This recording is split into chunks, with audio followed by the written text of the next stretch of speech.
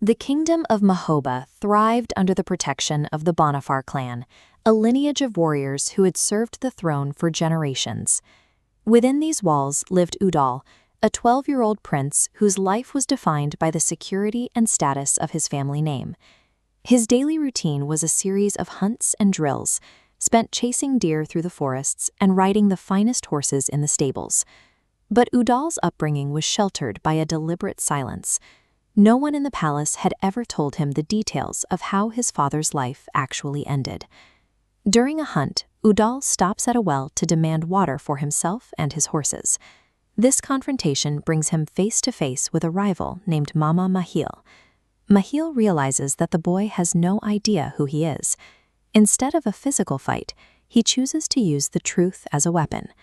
Mahil mocks Udal for his arrogance, pointing out that while the boy plays at being a warrior, his father's killers are still walking free. He reveals that King Dasraj was murdered, and that his sons have done nothing to settle the blood debt. The smile disappears from Udal's face.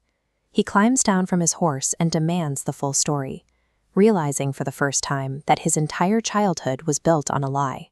Udal returns to the palace in a state of shock. He bypasses the guards and finds his mother, Queen Deva, demanding she tell him exactly who killed his father. Queen Deva tries to deflect his questions, but seeing her son's desperation, she finally admits to the secret she had kept for over a decade. She describes the night two warlords, Karya and Jambay, launched a surprise attack and executed Dasraj while he was unarmed in his own courtyard. Deva explains that she kept the murder a secret to prevent Udal from throwing his life away in a quest for revenge against men who had already proven they could kill a king.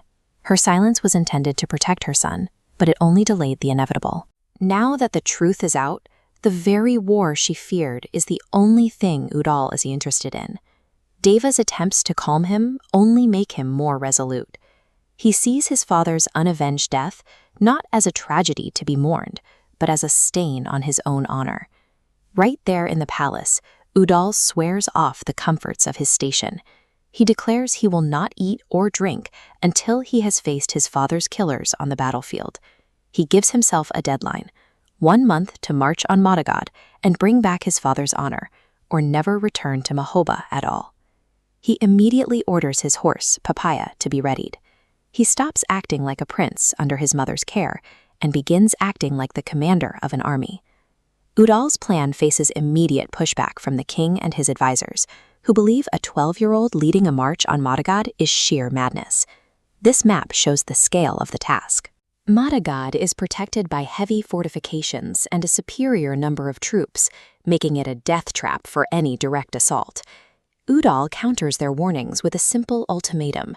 He argues that a warrior who lives a short life with honor is superior to one who lives 100 years in shame. His intensity eventually forces the king to grant him the troops he needs.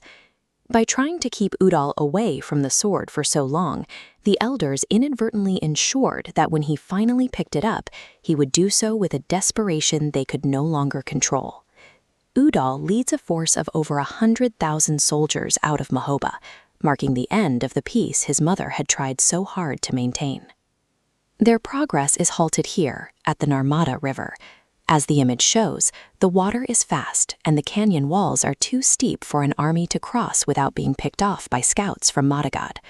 Realizing he cannot cross by force, Udal changes his strategy. He orders his men to disguise themselves as a group of traveling yogis, planning to bypass the river's defenses by appearing as harmless pilgrims.